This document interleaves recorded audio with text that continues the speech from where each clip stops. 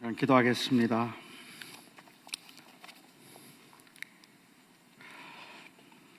사랑하는 나의 아버지 하나님, 이제 부족한 제가 준비한 설교를 하려고 합니다. 주님이 설교가 곧 하나님의 말씀은 아닐진데 오늘 제가 준비한 이 설교를 통하여서 저와 그리고 온 회중이 하나님의 말씀을 들을 수 있게 하여 주시옵소서. 이 예배의 주체가 주님이시니 사람이 드러나지 말게 하시고 설교의 끝에 주님 모든 우리 함께한 회중들의 마음속에 오직 예수 그리스도만 남게 하여 주시옵소서. 예수님의 이름으로 기도하옵나이다. 아멘. 갓난아기 때 실명을 하고 95년 동안을 시각장애인으로 산 한 사람이 있었습니다. 미국 교회사를 보면 찬송가 작사가로 아주 잘 알려져 있는 패니 크로스비라고 하는 분입니다. 그분이 8살 때 이런 글을 썼어요. 내가 비록 볼 수는 없지만 얼마나 행복한 아이인지 모릅니다. 저는 많은 복을 받았기 때문에 비록 앞을 보지 못하지만 이 세상을 사는 동안에 늘 감사하며 만족하며 살기로 마음을 정했습니다. 나는 내가 시각장애인이기 때문에 울거나 한숨을 쉬는 일을 할 수도 없거니와 하지도 않을 겁니다. 8살, 너무 어려서 이렇게 인생을 낙관적으로 본 것일까요? 아니면 패니 크로스비는 아주 어릴 적부터 항상 이렇게 성령이 충만했던 남다른 사람이라서 그랬던 걸까요?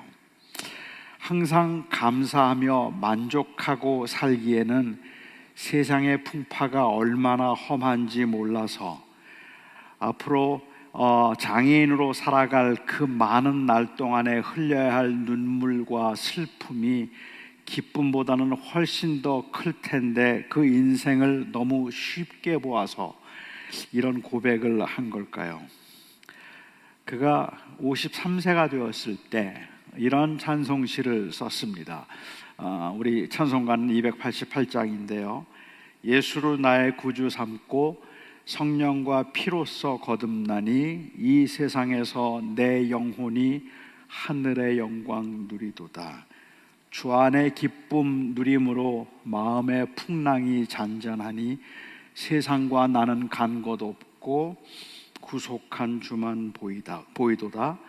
이것이 나의 간증이요 이것이 나의 찬송일세. 나 사는 동안 끊임없이 구주를 찬송하리로다. 어찌 보면 그는 8살 때 했던 그 고백을 죽을 때까지 지키고 그 고백에 진실하게 삶을 살아내었다고 말할 수 있을 겁니다. 물론 패니 크로스비의 생애 가운데는 많은 눈물이 있었을 것이고 그리고 남들이 알지 못하는 슬픔과 그 불편함으로 인한 아픔도 틀림없이 있었을 겁니다. 그가 작사한 다른 찬송가들을 보면 어렵지 않게 그 아픔들을 느낄 수가 있어요. 만일 그가 정말로 흔들린 적이 없었다면, 그래서 그 고백 가운데 그가 한결같은 마음으로 주를 바라보며 그렇게 주님을 사랑하며 살았다면 어쩌면 여기에 계신 여러분들이나 저에게 패니 크로스비는 부러움의 대상이기는 하지만 존경의 대상은 아닐 겁니다. 그는 우리와는 다른 종류의 사람이기 때문에 그렇습니다. 우리는 이 땅에 살아가면서 어려움과 환난 가운데 기쁨으로 살기를 원하지만 그렇게 하지 못할 때가 참 많이 있죠. 수많은 곳을 다니면서 복음을 전하고 은혜를 말하고 그리고 실망과 좌절 가운데 있는 사람들에게 낙심을 주었던 조니 에릭슨 타라라고 하는 분이 계십니다. 여러분 중에도 아마 그분의 생애에 관한 전기를 읽은 분이 계실지 모르겠는데 메릴랜드 출신이에요. 17살 때 다이빙을 잘못해서 온 몸이 전신 마비 장애인이 되었습니다. 그런 전신마비인 장애인이 되고 난 후에 굉장히 많은 시련과 상심 가운데 있다가 예수 그리스도를 만나게 되었고, 그가 그렇게 새로운 인생을 이제 새 생명을 얻고 난 후에 그는 곳곳을 다니면서 많은 책들을 쓰기도 했지만 외로운 사람들, 전쟁터에 있는 사람들, 장애인들, 노숙자들, 어렵고 힘든 사람들을 찾아가서 그 밝은 얼굴로 그들에게 밝은 말을 해주고 위로를 해주고 격려를 해 주었습니다. 많은 사람들은 타라 에릭슨에 의해서 큰 힘을 얻기도 했는데, 몇 년 전에 그가 충격적인 고백을 했습니다. 그만 살고 싶다는 고백을 했어요. 이젠 정말 그만하고 싶다 하는 그 고백을 해서 많은 사람들이 굉장히 깜짝 놀랐습니다. 아마 어쩌면 사람들은 그에게는 슬픔도 없고 그에게는 어려움도 없고 항상 한결같은 마음으로 하나님만 바라보고 언제나 긍정적으로 사는 사람인 줄 알았는데, 그런데 그가 어쩌면 자기의 그 연약함의 민낯을 보여준 것 같았기 때문에 사람들이 좀 당황했는지도 모릅니다. 그는 그 글을 쓰면서 그렇게 이야기를 했어요.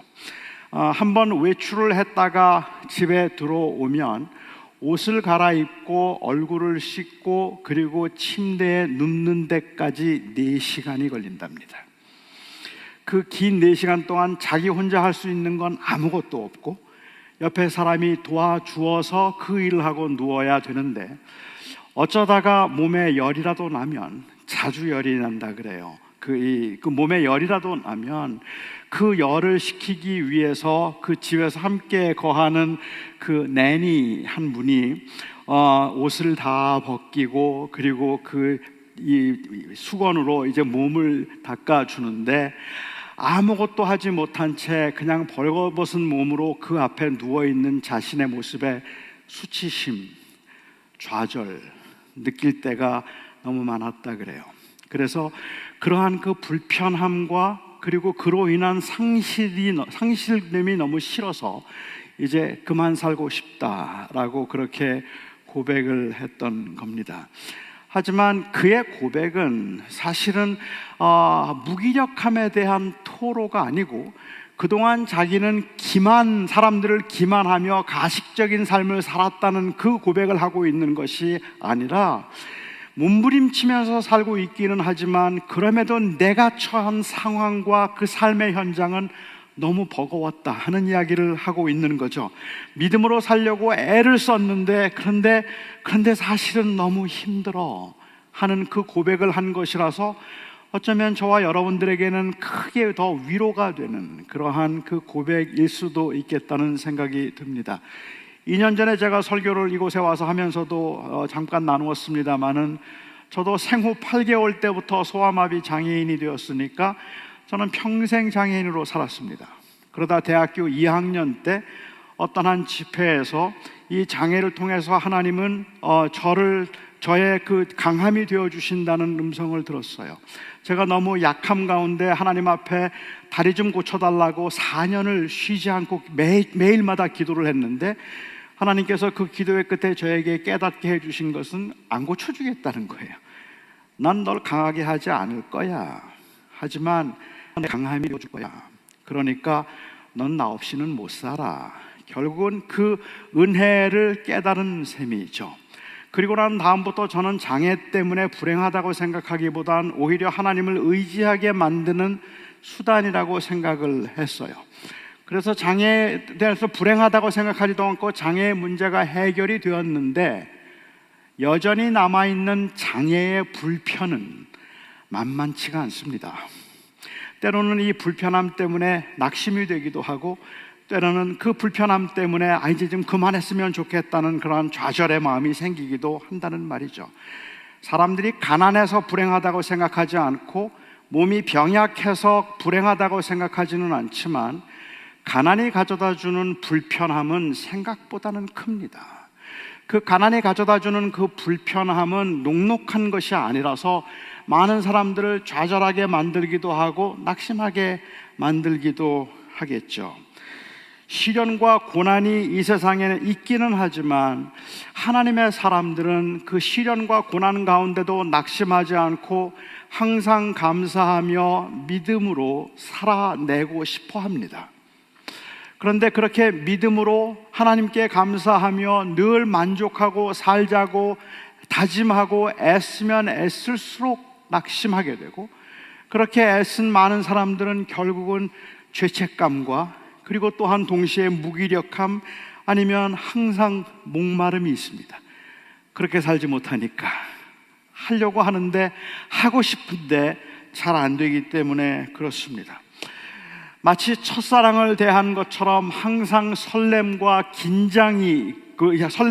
그리움이 있고, 너무 피곤하고 힘들어서 눈이 감기는데도 주님만 생각하면 웃음이 저절로 나와서 입꼬리가 올라가고, 기도만 할 때면은 정말로 피곤했는데도 기도하자고 눈을 감으면 가장 가까운 곳에 가장 친한 사람과 같이 함께 있는 것처럼 그냥 이런저런 말 혼자 중얼거리면서 행복해하고 시간 가는 줄 모른다면 신앙생활이 얼마나 좋겠습니까? 그래서 주님만 생각하면 언제나 기쁨이 있고, 세상의 염려, 근심, 걱정거리가 있기는 하지만 그래도 주님의 은혜를 생각하고 나면 그거 다 잊어버려서 항상 마음에 평안과 위로가 있다면 얼마나 좋을까요? 아니, 어쩌면 우리도 옛날에는 그랬는지도 모릅니다. 여기 계신 분들 중에도 그랬던 때가 있었는지도 모릅니다. 기도만 하려면 눈물이 나오고, 그리고 찬송을 몇 시간을 불러도 그냥 너무너무 좋았던 때가 있었습니다. 그렇죠? 저는 대학생 때 수련회를 너무 사모했어요. 한 번도 가기 싫다는 생각을 해본 적이 없었습니다. 수련회 가서 예배 중에 은혜를 받으면 정말로 기분이 업되어서 막 큰 소리로 기도를 하기도 하고, 그리고 친구들과 밤늦도록 웃고 떠들기도 합니다. 그렇게 막 놀다가 가끔은 새벽녘에 혼자 밖에 나가서 풀밭에 누워서 하늘을 쳐다보면서 별을 보면서 기도를 하기도 하고, 그리고 혼자 찬송가를 읊조리면서 눈물을 흘렸던 그런 기억도 있습니다. 너무너무 좋은 아름다운 추억들입니다. 지금요? 저는 지금 수양에 가면 빨리 자야 합니다.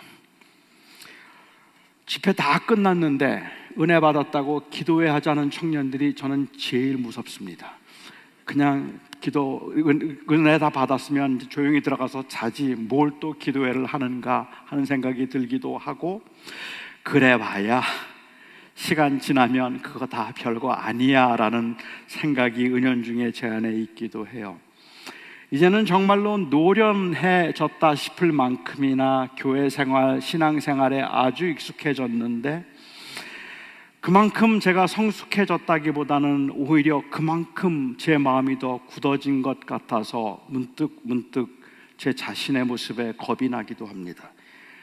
이러다 정말 제 영혼이 3년 가뭄 끝에 노랗게 말라버린 풀처럼 되는 건 아닌지, 아니면 그렇게 되는 건 아닌지, 그 어떤 강력한 메시지에도 저의 심령이 꿈쩍도 하지 않을 만큼 딱딱하게 굳어버리는 것은 아닐까 두려운 마음이 있습니다. 여러분은 어떠십니까? 지금 현재 여러분의 영적인 상태는 어떠십니까?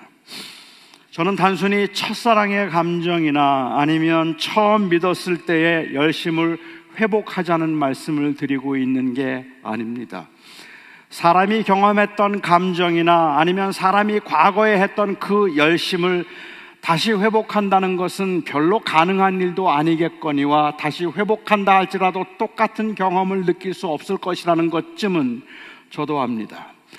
그러니까 첫사랑의 느낌을 회복하자거나 옛날의 열심을 다시 한번 회복해서 다시 한번 열심을 내보자는 이런 이야기가 아니라, 제가 정말로 그리워하고 목말라 하는 것은 주님과의 교제입니다.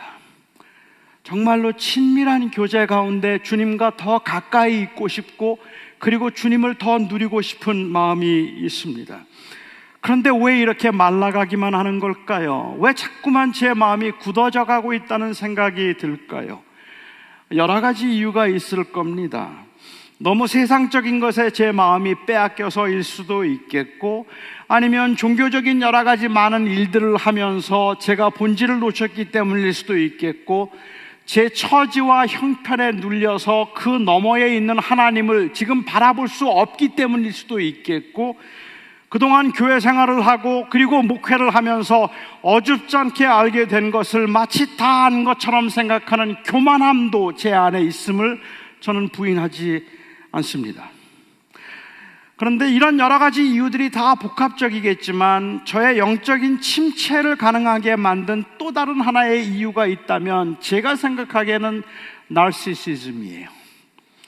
자기연민이라는 말입니다. 과거의 그 은혜, 그리고 그 은혜 받았던 것에 대한 향수, 그리고 과거에 그렇게 크게 은혜를 받아 보았더니 그것도 별것 아닌 것 같더라는 그러한 일종의 체념, 이런 것들이 제 안에 남아 있어서 그래서 저로 하여금 영적인 침체에 빠지게 만들고 있는 건 아닐까 하는 생각이 드는 거죠. 결국은 모든 중심이 저에게 와 있기 때문에 내가 어떻게 느끼고 내가 어떻게 누리고 내가 어떻게 생각하고 다른 사람들은 나를 위해서 무엇을 해주고 있는가 하는 것에 대한 생각들, 그 전에 나는 이렇게 좋았는데, 그 전에 나는 이런 것들로 감격했었는데 그런데 왜 지금은 그런 감격이 나에게 없는 걸까라는 것에 대한 아쉬움들이 사실은 지금 현재 우리와 함께 하시는 그리스도를 누리지 못하게 만드는 이유가 되기도 한다는 말입니다. 15세기에 굉장히 유명한 설교가 중에 사보나롤라라고 하는 사람이 있습니다. 이 사보나롤라라고 하는 사람이 이탈리 플로렌스에 한번 집회 요청을 받고 갔어요. 그래서 그 집회 요청을 받고 그 교회에 갔는데 새벽에 일어나서 보니까 한 할머니가 이 마리아상이 있는 곳에 무릎을 꿇고 앉아서 그 마리아상을 정말로 지그시 바라보고 있는 거예요. 너무 경건해 보였어요. 이른 새벽부터 그 마리아상을 보면서 기도하고 있는 그 모습이 너무 경건해 보이기도 하고 참 너무 좋아 보여서 이 사보나롤라가 그 수도 원장에게 이야기를 했답니다. 보니까 그 경건한 분이 한 분 계시더라고요. 아침에 제가 나가보았더니 며칠째 제가 계속 보았는데 아침마다 그 동상 앞 마리아 앞에 와서 마리아를 바라보면서 기도하고 있는 그 모습이 너무 경건하고 보기가 좋았습니다. 그러자 수도원장이 대답을 해요. 그거요, 사실은 아주 오래전에 한 조각가가 마리아상을 만드는데 그 조각을 하는데 모델이 필요했습니다. 그리고 그 할머니가 그때 모델이었습니다. 이 할머니는 지금 그 마리아를 보고 있는 것이 아니라 그 마리아상을 보면서 내가 그때는 저렇게 예뻤는데, 내가 그때는 참 좋았는데, 내가 그때는 정말 젊었는데, 자기의 과거를 회상하면서 그 빠져있는 모습이었던 것이죠. 그러한 그 자기 연민적인 모습들은 우리 교회에서도 얼마든지 볼 수 있을 겁니다. 저는 오늘 본문을 어떻게 이해해야 할지 많은 고민을 했습니다. 우선 제가 가졌던 고민은 이 사건이 당시 교회에 어떤 의미가 있었길래 다른 복음서에서는 한 번도 다룬 적이 없는 이 사건을 예수님께서 행하신 첫 번째 표적이라고 하면서 요한이 소개하고 있을지 궁금합니다. 예수님께서 행하신 첫 번째 표적임에도 불구하고 다른 복음서 기자들이 기록을 하지 않았기 때문에 기록상 예수님이 행하신 제일 첫 번째 기적은 바로 이 기적이었다는 정보를 우리에게 제공하기 위해서 요한이 이것을 기록했다고 보기는 어려워요. 아마 그런 이유가 아닌 다른 이유가 있었을 겁니다. 오늘 저는 여러분과 그것을 한번 나누어 보고 싶어요. 물을 포도주로 만드신 사건은 굉장히 유명한 사건이긴 하지만 동시에 굉장히 많은 질문과 의문을 가능케 하는 사건입니다. 만일 이 사건을 처음 대한 분들이라면 아마도 이런 질문들이 오늘 본문을 읽으면서도 떠올랐을 것 같아요. 잔치집에 포도주가 떨어졌는데 예수님의 어머니는 왜 예수님께 이 사실을 알렸을까요? 요한복음에서는 마리아라는 이름을 사용하지 않고 마리아를 예수의 어머니라고 그렇게 호칭을 즐겨 사용하고 있는데, 왜 예수의 어머니는 예수님께 이 사실을 알렸을까요? 이것이 첫 번째 표적이라면 예수님은 그동안 한 번도 기적을 행하신 적이 없다는 말인데, 그렇다면 왜 예수님에게 이걸 알렸을까요? 왜 예수님은 어머니를 여자라고 불렀을까요? 예수님은 하나님이시기 때문에 그 신성과 사역의 측면에서 그렇게 불렀다고 말하기도 하고, 여자라고 번역된 이 헬라 단어가 영어로는 맴에 가까운 존칭어였기 때문에 라고 말하기도 하지만, 틀림없이 어머니를 부르는 일반적인 호칭은 아닙니다. 예수님께서는 아직 내 때가 이르지 않았으니 나와 무슨 상관이 있습니까? 라고 말씀하셔서 예수님은 아직은 도울 수 없다는 의미에서 이 말씀을 하신 것 같은데, 그 말을 들은 마리아는 왜 하인들에게 예수님께서 시키는 대로 하라고 말을 전했을까요?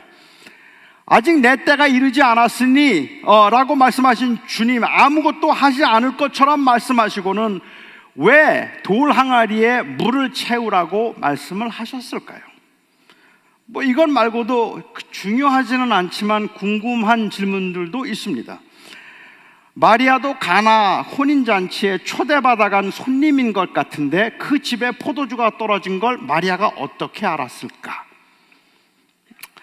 저와 비슷한 궁금증을 가지고 있던 어떤 학자는 그 당시에 주방이 여성들의 숙소가 주방 곁에 있어서 지나가다가 들었다라고 말하는데, 추측이겠죠. 그건 아무도 알 수가 없는 거겠죠. 주님께서 만들어주신 것이 포도주일까요? 포도주스일까요? 저는 이런 질문들에 딱 맞는, 무릎을 치면서 이거구나라고 생각할 만한 답을 저는 찾지 못했습니다. 이런 질문들에 대해서 답을 제시할 수 있을 만큼 제 지식이 충분하지 않다는 것도 문제이겠지만, 어쩌면 그것보다는 저는 여러분들이 궁금해할 만한 질문들에 대해서 답을 하는 것보다 오히려 요한이 말하고 싶었던 것이 무엇일까 하는 것을 오늘 이 사건을 통해서 한번 생각해 보고 싶었습니다. 오늘 본문에 보면 조금 특이한 기록이 하나 나옵니다. 2장 11절에 보면 예수님께서 첫 표적을 갈릴리 가나에서 행하여 그의 영광을 나타내심에 그의 제자들이 믿었더라 하는 말씀입니다. 요한복음에 아주 자주 나오는 중요한 단어 중 하나는 믿음이라는 단어입니다. 그런데 이 믿음이라는 단어는 로마서나 갈라디아서에서 바울이 정의하는 것처럼 믿음이 무엇인가를 말하는 것보다 오히려 제자들이 가지고 있던 믿음의 특징을 강조하기 위해서 믿음이라는 말을 많이 사용하고 있어요. 제자들이 비록 부족했고, 그리고 제자들이 연약했고, 제자들이 미련해서 주님이 말씀하실 때 아무것도 제대로 깨달은 게 없었습니다. 그래서 항상 오해를 했고, 항상 다른 말을 했었고, 항상 그들은 주님 보시기에는 합당할 만큼 충분하게 성숙한 모습들이 아니었지만, 그럼에도 불구하고 그들은 제자였다. 이게 요한복음의 특징입니다. 그러니까 요한복음을 통해서 말하고 싶었던 것은, 그들은 비록 부족한 것도 많고 아는 것도 없어서 오해도 많이 했고 여전히 그런 세속적인 생각들도 그들 속에 있었지만, 예수 그리스도를 주라고 부르고 주님을 따르는 이 일에는 그들이 진실했다는 말을 하고 싶은 거죠. 그런 의미에서 제자라는 말을 요한은 사용하기를 선호했어요. 단순히 한 조직에서 제자가 되는 퀄리피케이션을 다 만족시킴으로 제자가 되고, 그래서 그 제자가 되고 난 다음에 조직에 속해서 어떻게 조직의 일원으로 살아가고 있는가 하는 것들에 관한 이야기를 말하지 않기 위해서, 그게 아니라는 의미에서 사도 요한은 요한복음에서 의도적으로 제가 보기에는 사도라는 단어를 한 번도 사용하지 않습니다. 오히려 사도라는 말 대신에 제자라는 말을 사용합니다. 그리고 12명의 사도의 이름을 요한은 기록하지 않습니다. 오히려 7명의 제자들만 이야기합니다. 그리고 그 7명의 제자에 포함해서 여러 여자들을 이야기하고 있죠. 이 제자의 특징이 무엇인가 하면 인격적으로 주님을 만난 사람들입니다. 그러니까 한 조직에서 세례를 받고 거기에 조직원이 된 사람들이 아니라 그들은 모두가 다 예수를 인격적으로 만나서 예수님과 동행하기를 원했던 사람들이 바로 제자라는 말을 하고 있는 겁니다. 왜 그 잔치에 많은 사람들이 있었음에도 불구하고 다른 사람들은 믿지 않고 제자들만 믿었을까요?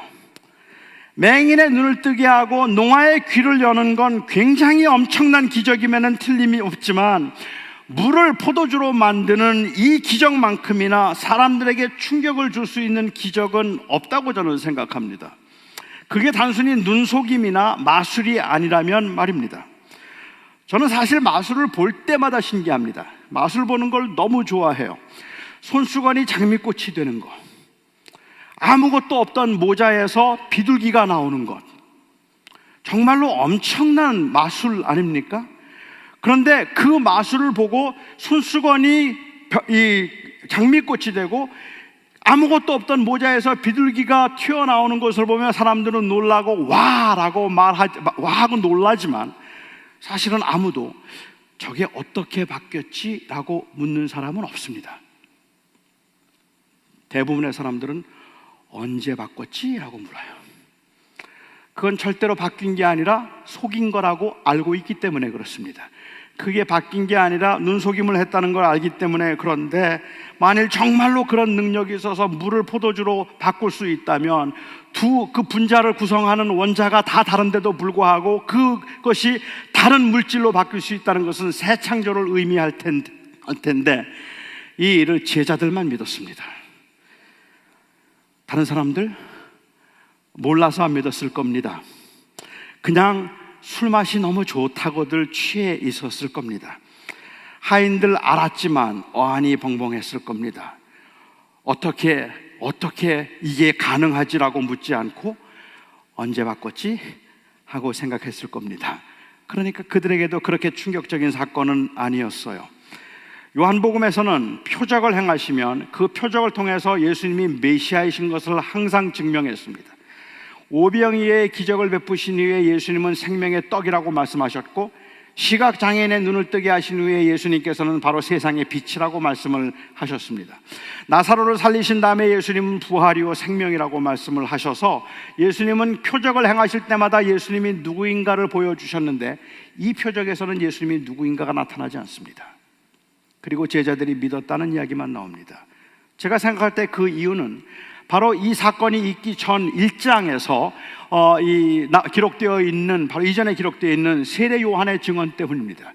세례 요한이 예수님을 보자마자 보라 세상 죄를 지고 가는 하나님의 어린 양이라 이 세상에 오신 메시아라고 말했고 그 세례 요한의 증언을 듣고 예수님을 따라오기 시작한 사람들이 제자들입니다.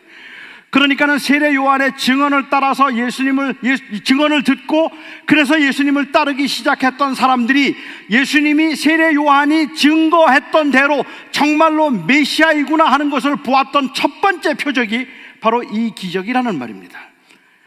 그러니까는 이 표적은 주님께서 아직 내 때가 이르지 않았다라고 말씀하셔서 이 표적을 통해서 예수님이 누구인가를 세상에는 아직 알리지 않으셨지만 세상으로 하여금 예수님이 누구인가를 믿도록 하기 위한 표적이 아니라 제자들로 하여금 예수님이 정말로 메시아였다는 것을 믿도록 하기 위해서 보여주신 표적이면 틀림이 없습니다.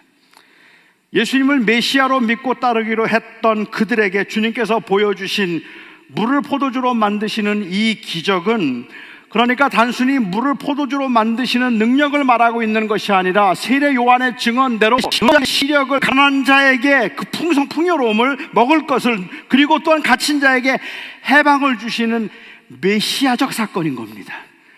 그 메시아로서의 충격을 보여주는 사건이라고 볼 수 있을 것 같아요. 당시에 정형화된 유대 종교에서는 볼 수 없었던 모습입니다. 예수님의 말씀의 능력은 당시 서기관들이나 바리새인들의 그것과는 아주 달랐습니다. 혹시 여러분들은 이 사건을 기쁨의 사건으로 설명하는 것을 들어보신 적이 있으십니까? 기쁨의 사건이면 틀림이 없겠죠.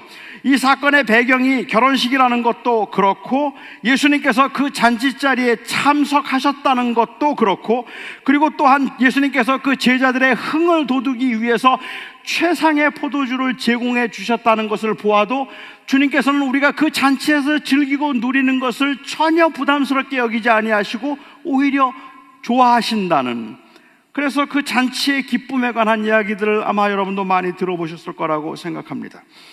저는 그게 꼭 틀렸다고 생각하지는 않지만 이 말씀에서 느끼는 진정한 기쁨과 해방감은 최상의 포도주를 마실 수 있다는 가능성에서부터 비롯된 것이 아닙니다. 이 사건에서 주는 진정한 기쁨의 근원은 최상의 포도주가 아니라 최상의 포도주를 만들어주신 예수에게 있단 말입니다. 그런데 우리는 그 예수 그리스도로 인한 기쁨보다는 포도주로 인한 기쁨에 취할 때가 많이 있어요. 기가 막히게 맛있는 포도주를 마심으로 느끼는 그 희열, 글쎄요, 저는 거기에 만약에 초점을 맞추자면 1869년산 보르도 샤또 라피테 레드 와인 괜찮습니다. 제가 추천합니다. 1947년산 슈발 블랑, 그것도 맛있어요. 물론 못 마셔봤습니다. 너무 비싸요. 제가 알아본 바에 의하면 보르도 샤또 라피테가 한 병에 한 28만 불 정도 하는 것 같으니까 저는 못 마셔봤어요. 그런데 솔직히 와인의 맛을 모르는 저에게는 다 그게 그 맛 같고 그 맛이 같겠지만 최상의 이 와인에 포도주에 초점을 맞추고 있다는 것이 참으로 아쉽다는 말입니다. 최상의 포도주가 좋은 것이긴 하지만 그것이 좋은 것이기 때문에 갖는 함정이 있다는 사실을 우리는 왜 깨닫지 못하고 있는가 말입니다. 적용해서 말씀을 드리자면 하나님께서 우리의 삶을 풍요롭게 하기 위해서 열악한 환경을 최상의 환경으로 바꾸시고 가난을 부로 바꾸시고 병을 건강으로 바꾸실 그 가능성 혹은 그 확신에서부터 오는 기쁨이 아니라는 말입니다. 비록 우리가 그 모든 병에서부터 자유해지지 못할지라도 우리가 풍요롭게 되어서 다른 사람들보다 더 풍성하고 더 큰 부자로 살게 되는 것은 아니라 할지라도, 그렇게 할 수도 있겠지만 설령 그렇게 하실 때라도 우리를 정작 기쁘게 만드는 것은, 아니 우리를 경이롭게 만드는 것은 내 손에 주어진 최상의 포도주가 아니라 최상의 포도주를 만드실 수 있는 그리스도입니다. 어쩌면 오늘날 현대 교회의 심각한 문제는 대상을 잃어버림으로 이 나르시시스틱해진 자기 연민에 빠진 그러한 그 종교 생활이 아닐까라는 생각을 하게 됩니다. 예배가 자기 연민에 빠져 있어요. 설교도 마찬가지예요. 제자 훈련, 선교도 다 마찬가지인 것 같아요. 대상을 잃어버린 예배, 오늘날 우리의 감사도 대상을 잃어버린 것 같아요. 감사한데 누구에게 감사한지를 몰라요. 교회를 한 번도 다닌 적이 없는, 신앙생활을 하지 않는 어떤 한 분을 제가 몇 년 전에 만난 적이 있습니다. 그분이 저에게 그런 이야기를 하시더라고요. 목사님, 저 요즘에 너무 감사합니다 그래요. 그래서 제가 왜요? 그랬더니 우리 아이들도 다 공부를 너무 잘해요. 그리고 사업이 뜻하지 않게 아주 번창해서 제가 아주 사는 게 요즘처럼 이렇게 풍요로운 적이 없습니다. 제 아내와의 관계도 너무 좋습니다. 이 모든 게 너무 잘 풀려서 저는 너무 감사합니다 그래요. 그러면 제가 좋겠습니다 이렇게 말해야 되는데 그분에게 제가 오히려 한번 물었어요. 누구에게요? 그랬어요. 이 모든 게 감사한데 누구한테 감사합니까? 아니 꼭 누구에게가 아니라 그냥 그게 좋다고요. 결국은 주어진 것들에 대한 만족을 감사라는 표현을 쓰고 있는 것이지 대상이 있어서 그를 높이고 있는 건 아닌 거거든요. 예배를 하면서도 우리는 우리가 영광을 돌린다, 하나님께 찬양을 한다고 말하지만 너무 많은 경우에 우리로 하여금 혼란스럽게 만드는 것은 제가 설교를 하면서도 자기 연민에 빠져 있고 찬양을 하면서도 결국은 자기 연민에 빠져 있어서 모든 흥하고 잘 되는 것의 기준이 예수가 바로 그리스도라는 사실이 아니라 내가 어떻게 느끼고 있는가에 있는 건 아닌가 하는 생각이죠. 물을 포도주로 바꾼다는 건 굉장히 좋은 것이지만, 그리고 그 포도주는 최상의 포도주였지만 그럼에도 불구하고 그 최상의 포도주는 나쁜 것이 아니기 때문에 거기에 함정이 있단 말입니다. 사람들은 포도주만 본단 말이에요. 그 포도주를 만드신 주님을 놓치기가 쉽다는 이야기죠. 제가 그렇게 생각하는 두 가지 이유가 있습니다. 하나는 예수님께서 결례를 위한 물로 포도주를 만드셨다는 것입니다. 예수님께서 왜 하필이면 결례를 위한 돌 항아리에 물을 채우라고 하시고 그리고 그 물을 포도주로 만드셨을까요? 그 당시에 돌 항아리에 20 아니면 30 gallons가 들어가는 그 큰 항아리니까 돌 6항아리를 가득 채웠다면 최상의 포도주를 120 아니면 180 갤런 정도를 공짜로 얻은 겁니다. 주인으로 볼 때는 대단한 횡재겠죠. 와우, 그렇게 많은 그 포도주를 얻은 거니까 그 집에서 그 돌 항아리가 제일 큰 돌 항아리라서 가장 많은 포도주를 그들에게 제공하기 위해서 주님께서 돌 항아리에 물을 가득 채우도록 하고 그리고 그것을 포도주로 만들어 주신 걸까요? 여기에 이 돌 항아리는 손을 씻는 결례를 위해서 물을 담아 모아두었던 것입니다. 밖에 나갔다가 사람들이 들어오면 부지 중에라도 더러운 것을 만지거나 부정한 것을 만져서 스스로 부정해질 수 있다고 생각했기 때문에 밖에 나갔다 들어오는 사람들은 반드시 손과 발을 씻어야 합니다. 그 손과 발을 씻도록 하기 위해서 항아리에 물을 항상 두고 손을 씻는 거니까 이 손 씻는 행위는 율법적인 결례의 행위인 겁니다. 그 당시에는 결혼식이었기 때문에 엄청나게 많은 손님들이 올 것이라고 예상을 하고 돌 항아리 6개나 준비를 했던 것 같아요. 그러니까 주님께서는 결국은 발 씻을 물로 포도주를 만드신 겁니다. 갑자기 좀 찜찜해지죠. 발 씻을 물이라는 게 따로 있는 건 아닐 테니까 결국은 결례를 위한 물을 주님께서 포도주로 만드셨다는 것은 예수님 일부러 그렇게 돌 항아리를 채우라 가신 것은 예수님이 모든 결례 율법의 완성이라는 뜻입니다. 주님께서 그것을 완성하셨다는 의미겠죠. 이 말이 현대인들에게는 그렇게 와닿지 않는다면 저는 종교적인 의무, 책임 이런 말을 써도 될 것 같다는 생각이 들어요. 현대인들에게는 그 말이 더 나을 것 같기도 합니다. 많은 현대인들이 사실은 신앙생활을 한다고 말하지만 그러한 그 의무감 가운데 찌들려 있는 경우들을 허다하게 많이 보게 됩니다. 믿음 생활을 하기는 하는데 기쁨을 잃어버린 것 같고 그냥 막연히 마지못해서 교회에 나오고 출석하고 하지 않으면 안 될 것 같아서 봉사하는 것 같은 교인들이 너무도 많다는 말입니다. 그런 메마른 상태에서가 아니라 진정으로 인격적인 상태에서 믿음 생활을 할 수 있는 것은 바로 주님과 동행하는 것이고 그리고 주님과 만나는 것이고 주님과 연합하는 것이라고 요한은 말하고 싶은 거죠. 물이 아니라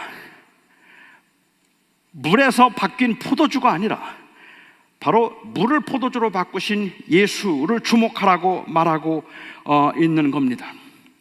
제가 이렇게 생각하는 또 다른 하나의 이유가 있다면 성전을 청결하게 하시는 사건을 요한복음에서는 첫 번째 기적 바로 다음에 기록하고 있다는 것입니다.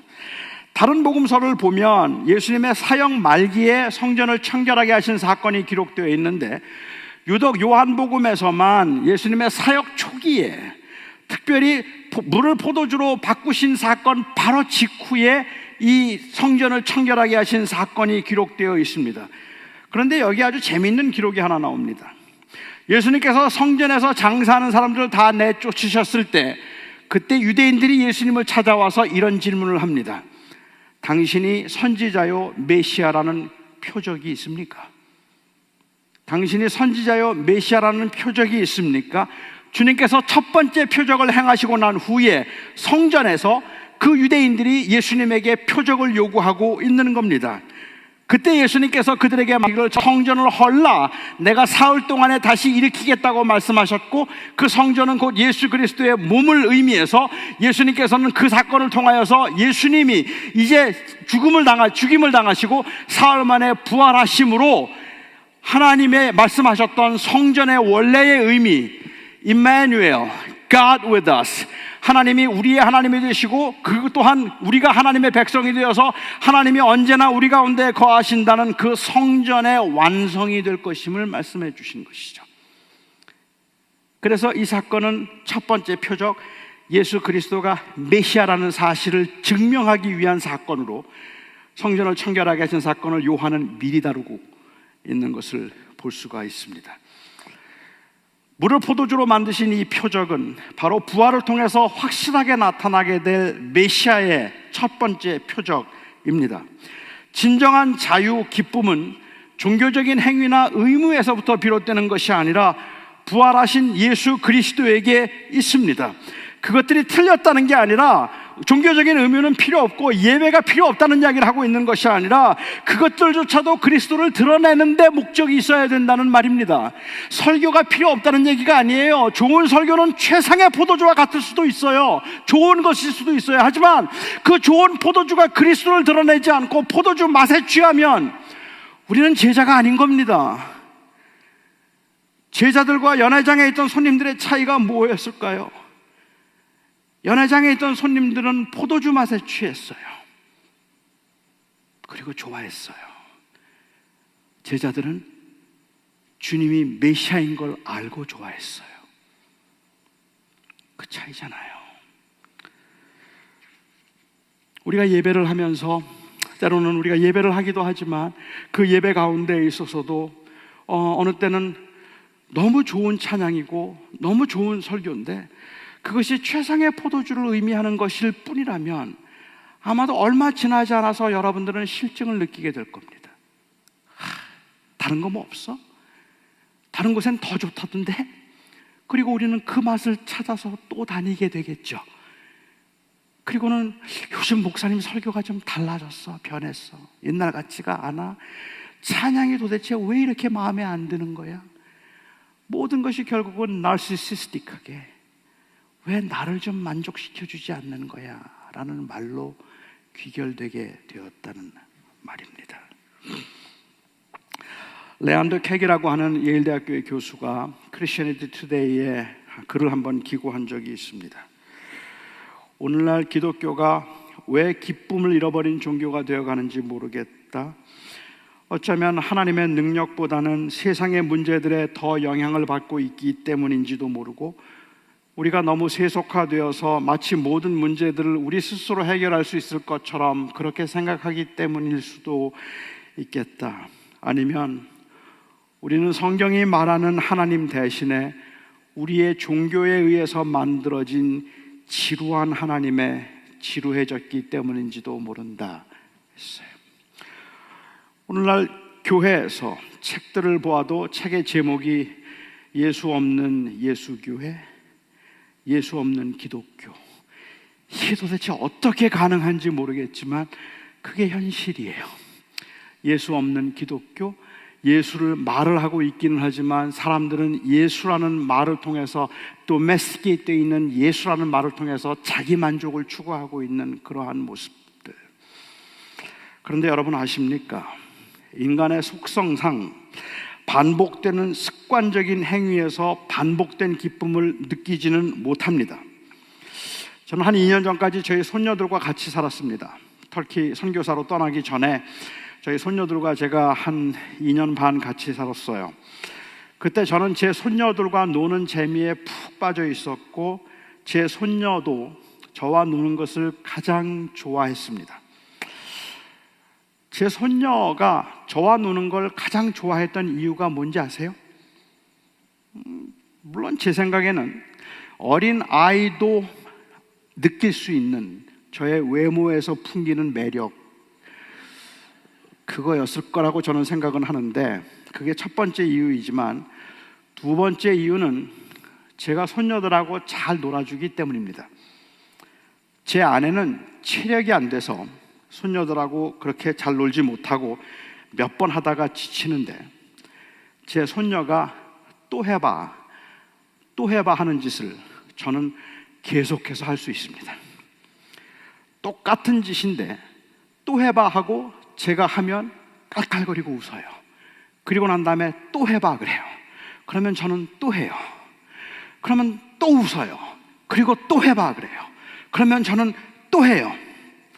제가 이렇게 할 수 있는 이유가 있습니다. 아무리 에너지가 넘치는 아이라도 20번만 하면 지친다. 저는 그 확신이 있기 때문에 제가 계속해서 할 수 있는 겁니다. 종교적인 의무감, 형식적인 것은 아니더라도 감정적인 무아의 상태도 사실은 그렇게 오래가지 않습니다. 종교적인 의무감 아니라 그냥 사람들이 예배 가운데 느낄 수 있는 그러한 좋다고 여겨지는 것조차도 그게 정말 좋아서 그 감정을 찾아가자면 오래가지 않습니다. 또다시 우리는 또 다른 것을 찾아야 된다는 말이죠. 본질을 놓친 채 은혜를 사모한다고 말한다면 우리가 정작 그 은혜를 사모함을 통해서 우리가 원하는 것은 최상의 포도주일지도 모릅니다. 최상의 포도주가 우리에게 주어지지 않는다는 사실 때문에 우리는 교회가 변했다고 말하고 예배가 달라졌다고 말하고 사람들이 실망스럽다고 말합니다.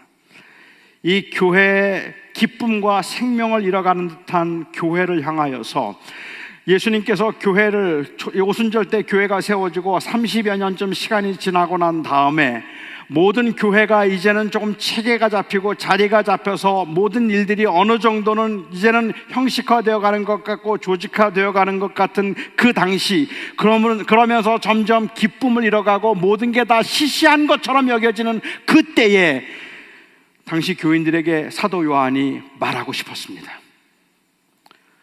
우리가 믿는 예수님은 어떤 분이십니까? 우리가 믿는 예수는 누구입니까? 그는 생명의 떡이요 세상의 빛이요 그는 선한 목자요 양의 문이며 그는 부활이고 생명이며 그는 길이고 진리요 생명이 되십니다. 그는 결례의 물을 포도주로 바꾸신 분이고 성전을 완성시키셔서 그 몸이고 성전이 되심으로 하나님의 임마누엘을 완성하신 분, 그분이 바로 예수 그리스도입니다. 우리가 그 예수 그리스도에 주목하지 아니하고 예수 그리스도를 높이기 위해서 만들어진 그러한 의식과 의례와 결례들에 주목해서 마치 최상의 포도주를 거기에서 얻어낼 수 있는 것처럼 여기고 있다면 우리는 그 포도주를 만드신 주님을 놓치고 있는 겁니다. 이 이야기를 하고 싶었던 겁니다. 요한은 그래서 기쁨을 잃어가는 그 교회에 기쁨을 다시 회복하기 위해서 또 다른 새로운 프로그램을 말하는 것이 아니라, 그 기쁨을 회복하기 위해서 또 다른 헌신을 말하는 것이 아니라, 내 옛날처럼 기도가 잘 안 돼요, 뜨겁지가 않아요. 아마 요한은 말할 겁니다. 괜찮아요. 기도가 뜨겁지 않아도 괜찮고 찬송이 옛날처럼 그렇게 막 감동스럽지 않아도 괜찮아요. 그런데 하나는 잊지 맙시다. 우리가 찬송하고 우리가 기도하는 그분은 예수입니다. 우리의 생명이십니다. 그건 놓치지 맙시다. 그 말을 하고 싶었던 겁니다. 현대인들이 신앙생활을 하면서 느끼는 답답함이 단순히 기도할 때 가슴이 뜨거워지고 눈물이 쏟아지는 심리적 상태에 대한 목마름이라면, 이전에 느꼈던 첫사랑의 감정이라면, 종교적인 열심에서부터 오는 성취감이라면 그것은 최상의 포도주를 향한 목마름일지도 모릅니다. 그것들이 잘못됐다는 것이 아니라 그것 때문에 주님을 보지 못하면 안 된다는 말입니다. 연회에 참석했던 사람들처럼 눈으로 만질 수 있어서 육체의 즐거움을 주는 포도주로 기뻐하는 사람들이 아니라 우리는 제자들처럼 그분이 생명의 주님이시라는 이 표적을 확인함으로 기뻐하는 사람들입니다. 만일 제자들이 최상의 포도주로 인하여서 즐거워했다면 그들은 모일 때마다 주님께 포도주 만들어 달라고 했을 겁니다. 아니, 얼마 지나지 않아서 그 최상의 포도주의 맛에 좀 식상해져서, 포도주 더 잘 만드는 분 어디 안 계셔? 찾아봤을런지도 모릅니다. 제법 시간이 흐르고 난 후에 요한이 보았던 교회는 그렇게 메시아를 잃어버린 교회였습니다. 뭔가 형식은 남아있는데, 뭔가 하고 있는데, 그런데 주님으로 인한 감격과 기쁨이 없는 모습이었던 것 같아요. 저는 26년 목회를 하고 사역을 마감했습니다. 은퇴를 하고 나니까 26년의 사역을 은퇴하고 나니까 많은 생각들이 왔다 갔다 해요. 아쉽기도 하고 그립기도 하고 또 후회스럽기도 하고 허전하기도 하고 또 뭔가를 좀 했으면 좋겠다는 생각도 들고 옛날엔 참 좋았는데 라는 그러한 생각들도 들기도 해요. 그런데 가만히 앉아서 좀 돌아 생각해보고 내가 언제 제일 기뻐했지? 목회를 하면서 내가 제일 좋았던 때는 언제지? 언제 내가 제일 힘들었었지? 하고 돌아보니까 목회를 하면서 제가 제일 기뻤던 때는요, 교회가 부흥할 때였어요. 그리고 사람들이 제 설교를 인정해 줄 때였어요. 언제 제일 힘들었지? 사람들이 저를 힘들게 할 때였어요. 그리고 교회의 성장이 멈춘 것 같을 때였어요. 그럴 수 있겠죠. 그 다음 질문이 중요해요. 그러면 내가 목회를 하는 중에 주님 때문에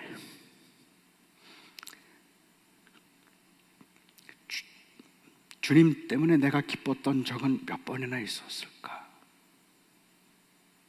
그게 잘 기억이 안 나요. 그냥 사람들 대하면서 사역의 기쁨은 있었는데 그 주님을 바라보고 주님과 동행한다는 사실로 인한 감격은 그렇게 많지 않았던 것 같아요. 옛날 우리 믿음의 선조들은 그렇지 않았는데, 옛날 저희 믿음의 선배들은 그렇게 살지 않았는데, 구주를 생각만 해도 내 마음이 좋거든. 주 얼굴 배울 때 얼마나 좋을까. 나의 기쁨, 나의 생명, 나의 생명이 되신 주, 밤낮 불러서 찬송을 찬송을 불러서 찬송을 드려도 늘 아쉬운 마음뿐이네. 그 주님이 좋았어요.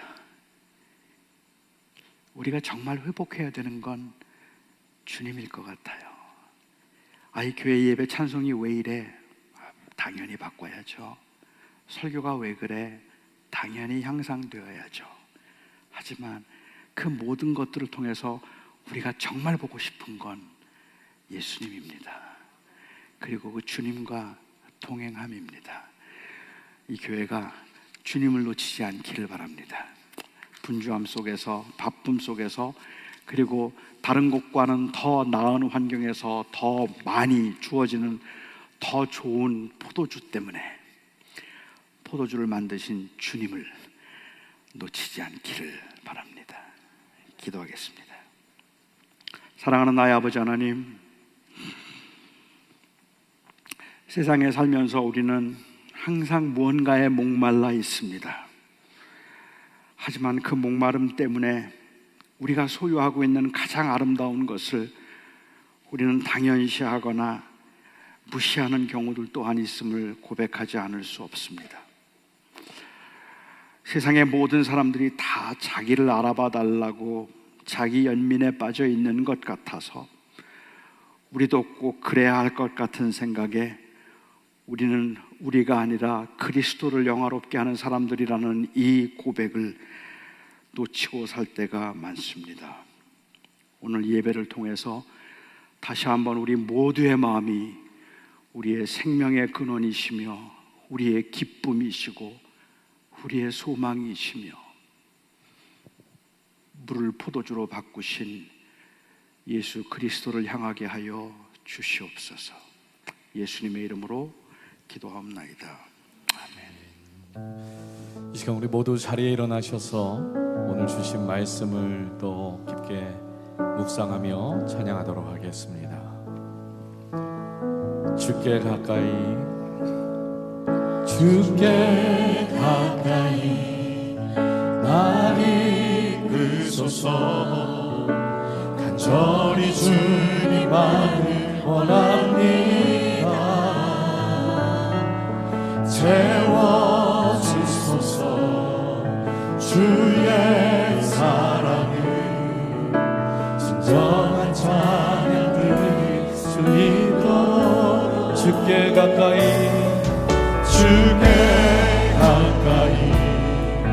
날 이끄소서 간절히 주님만을 원합니다. 채워주소서 주의 사랑을 진정한 찬양 드릴 수 있도록 목마른 나의 영혼 주를 부르니 나의 맘 만져 주소서. 주님만을 원합니다. 더 원합니다. 나의 맘 만져 주소서. 목마른 나의 영혼 목마른 나의 영혼 주를 부르니 나의 맘 만져 주소서. 주님만을 원합니다. 더 원합니다. 나의 맘 만져 주소서. 우리 예수님 율법을 완성하기 위하여 이 땅에 오셔서 물을 포도주로 변화시켜 주시고 우리에게 천국의 혼인잔치를 경험하게 하셨습니다. 우리는 그 혼인잔치에 신랑 되신 예수님을 보지 않고 포도주에 취해 있었습니다. 하나님께서 우리를 사랑하셔서 베풀어 주신 그 포도주에 취해 예수님을 보지 못하는 우리의 모습을 돌아보십시다. 주님, 나를 위해 이 땅에 오시고 내 모든 율법을 완성하고 사랑으로 완성하신 그 예수님, 그런데 그 예수님을 보지 못합니다. 이 땅에 화려 나에게 주신 그 포도주, 그 맛에 취하여 예수님을 보지 못하는 우리의 눈을 열어주시고 예수님께로 가까이 가서 주님을 맛보게 하여 주옵소서. 주님을 경험하게 하여 주옵소서. 신랑 되신 예수님 손 붙잡게 하여 주시옵소서. 천국의 혼인잔치를 경험하게 하여 주시옵소서. 우리 함께 합심하여 기도하시겠습니다. 나가는 나의 영혼 주님 감사합니다. 주를 부르니 아버지 하나님, 나의 맘 수많은 만져 예수님을 주소서. 만나신 그 예수님을 바라보지 못하는 주님만을 포도주에 취해서 원합니다. 그 예수님을 바라보지 더 못하는 원합니다. 그 예수님을 바라보지 나의 맘 만져 주소서. 목마른 나의 영혼 주를 부르니 나의 맘 만져 주소서. 주님만을 원합니다. 더 원합니다. 나의 맘 만져 주소서. 사랑하는 나의 아버지 하나님, 세상이 우리가 살기는 좀 버겁습니다. 이 자리에 우리 함께한 우리 사랑하는 여러 성도님들 중에 지난 한 주간의 삶 속에서 너무 많이 힘들고 너무 많이 지쳐서 하나님께서 조금 더 좋은 포도주를 주셨더라면 하는 간절한 마음을 가지고 이 자리에 올 수밖에 없었던 우리 사랑하는 성도들 있으리라 생각합니다. 물을 포도주로 바꾸신 주님, 주의 은혜의 손으로 만져주시옵소서. 물을 포도주로 바꾸어 주시든 아니면 물주로 바꾸시는 그 주님이심을 보여주시고 확인시켜 주시든 우리 사랑하는 성도들이 오늘 예배 끝에 나의 생명이 되시는, 우리의 생명이 되시는 주를 인하여 기뻐하며 떠날 수 있도록 주님 도와주시옵소서. 지치고 두렵고 상한 심령들을 하나님께서 얼마나 사랑하시는지 그 아들을 통하여 확증해 주셨음에 감사하고 그 믿음으로 이 세상을 한번 살아내 보려고 애를 쓰는 이곳에 모인 거룩한 주님의 제자들 위에, 그리고 이 공동체에 우리 주 예수 그리스도의 그 놀라우신 은혜와 아버지 하나님의 극진하신 사랑하심과 성령의 위로하심, 교통하심이 영원까지 함께 하시기를 간절히 축원하옵나이다. 아멘.